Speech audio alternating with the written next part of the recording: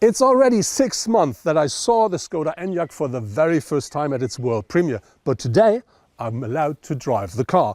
And while driving, we're going to have a closer look regarding to things like boot capacity, comfort, assistance and safety systems, infotainment, and of course, charging and range, and many, many other things. My test car is featuring the bigger battery pack, which means we do have 77 kilowatt hours net capacity, and that is enough for the car for a maximum range of over 500 kilometers. And on top we do have the 150 kilowatt strong electric engine on the rear axle on board, which is, if you want the old number, 204 horsepower, and that provides us on top with 310 newton meters of maximum torque. And that works really well with the car. So when you drive the car in comfort and normal mode, it's just an easy, very easy and enjoyable ride.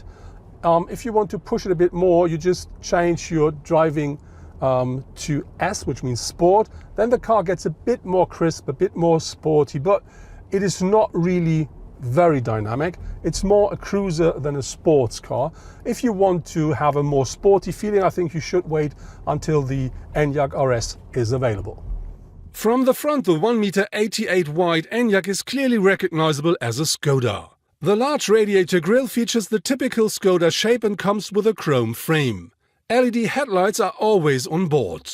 Optionally, the so-called light and side package can be ordered, which includes matrix LED headlights amongst other things. The Enyaq always features a full digital cockpit, which means we do have a bit smaller one than with other Skoda cars, because we do not have anything like water temperature, oil temperature anymore in an electric car, but still 5.5 inch as standard for free. On top you get at least a 10-inch display here for the center console to work with the infotainment. That's a touchscreen, but as soon as you buy the Skoda Enyaq 60, you do have 13-inch, which is a massive screen, and it's very nice to work with that one. Behind that you do of course find a satellite sat-nav system. You do find online informations like just-in-time parking information, pricing at gas stations and all that stuff. And of course you can configure your home screen if you want, or you can use any other things on that big screen out of this massive menu here. Overall, the Enyaq is 4.65 m long, 1.62 m high and has a wheelbase of 2.77 m. Although Skoda declares it as an SUV, the proportions are reminiscent of a station wagon or a more sporty minivan. However, the Enyaq has its very own look. The craftsmanship and the materials inside of the Enyaq are really, really nice. We do find, let's say, above the level of the center console, all soft touch, so no plastic. But on top you do find glossy materials, glossy black for instance, and beneath that then you do find of course plastic. But that's a Skoda, and if you have a look inside of the Volkswagen, that's absolutely no difference. Something that really catches your eyes are these new door handles, because they're now aside of the buttons to lift the windows, and this gives the whole door interior a completely unique look. I really do like this a lot. At the rear, in addition to many horizontal lines, the sharply drawn split LED taillight stands out. Together with a large roof spoiler, they emphasize the width and makes the Enyaq standing on the road solidly. The space the Enyaq offers is really nice. So even for a tall person like me, I can really sit upright comfortably inside of my car. I do find a nice position for the steering wheel, so everything is the way it should be. The only difference is that my feet are quite high up for an SUV, but this is more like in a standard car, but it's not uncomfortable. So you do really have enough space to enjoy the drive, and as you can see I have some hat space left and I'm nearly 2 meters tall. How about the space behind me? We're going to find out while having a short stop.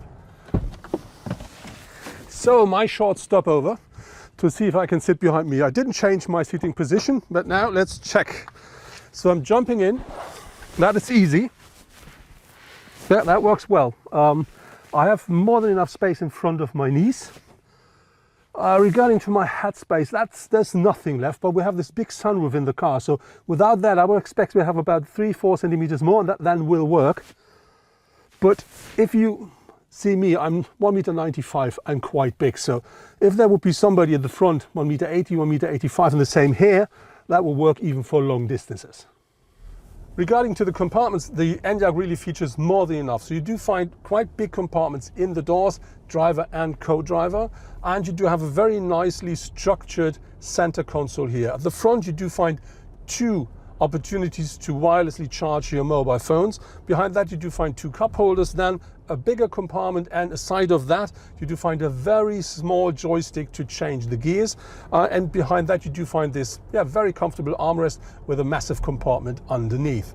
If you're on the rear bench, you of course find compartments in the doors, and if you want to have a cup holder you use the armrest in the middle of the rear seats. For the very first time there are so-called design collections available for a Skoda. They should be reminiscent of modern living worlds and offer matching colors and materials for the interior.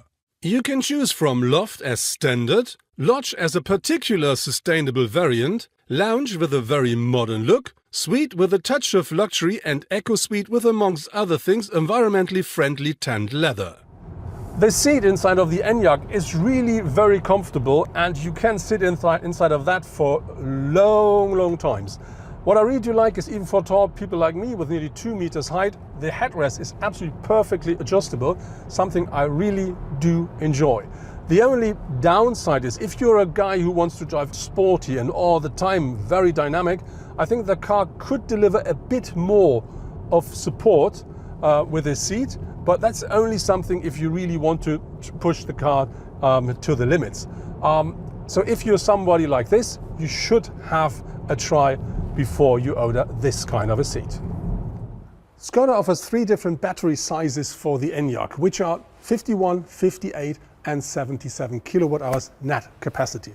In our case, we're driving the biggest one, and that means that car offers a range with a fully loaded battery of over 500 kilometers. If you use the middle-sized battery, which is 58 kilowatt hours, that means you should have about 400 kilometers of maximum range. If you want to charge the car, you can of course do that home at your household socket, but you may calculate 2.3 kilowatts, 77 must go in. That takes a while. If you don't want to wait so long, just use a standard wall box, which means you can charge with up to 11 kilowatts, and that means 6 to 8 hours and the car is fully charged. But if you're in a rush, or if you're on a motorway, you of course can do quick charging DC, which means a maximum of 125 kilowatts is possible, and that means 5 to 80% of the battery in less than 40 minutes. So now we're on the motorway with our Skoda Enyaq to see how the car works here. We've just started, and we have a figure about 22 kilowatt hours per 100 kilometer driven, which is not a bad number. And I want to see how the car works on the motorway. As you see, we drive 130 kilometers per hour. It's quite quiet in the car. If we go to 140, it's getting a bit more noise, some wind, but I think you can easily drive the car at 150 for a long time without losing any comfort.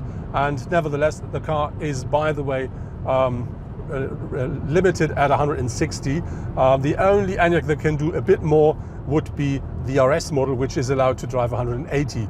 But as said, for just cruising with 130, it's absolutely nice, very quiet, very comfortable.